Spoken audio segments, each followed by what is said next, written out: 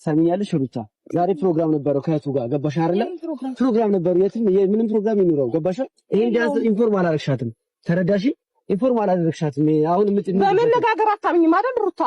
ችግርሽ ግን ምንድን ነው? አንቺ በሰላም ሲነገርሽ አሰሚም በጸብም ሲሆን አሰሚም አንቺ ችግርሽ ልጆቹ መዝናናት አይችሉም እንዴ? ጀመር ማለት ነው። አንተ እንደዚህ ነው የሚዝናናው ወንድምህ?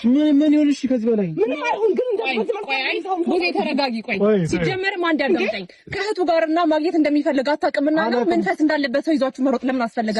ኤቪደንስ ይኖራችሁ እሱ ቡዜ ማግኘት ፈልጉ እንደነበር ታውቃላችሁ። በራችሁ መጥፋት ያ ሁሉ ሻንጣ መያዝ ለምን አስፈለገ? የት ነጋችሁት የምትሄዱት? ምን ያገባሽ? አይመለከትሽም። በደምብ ነው የሚመለከተኝ። የት የሚዘነው ምን አይመለከትሽም። ዝም አልኩ። እንደዚህ ነው አንተ ለምን አንተ የሚመለከተኝ ይመስል አንተስ ምን አገባ እንዴ? እነሱ አያገባቸውም እንዴ? እነሱ መብት የላቸውም። ምን አገባ አንተ? አገባኛ ካላገባን ልጅ አይዝናና በቃ አገባኛ ካላገባን ከተዝናናለሽ ሩታ አንድ ነገር ልንገርሽ እኮ ስሚ፣ አንድ ነገር አዳምጪ።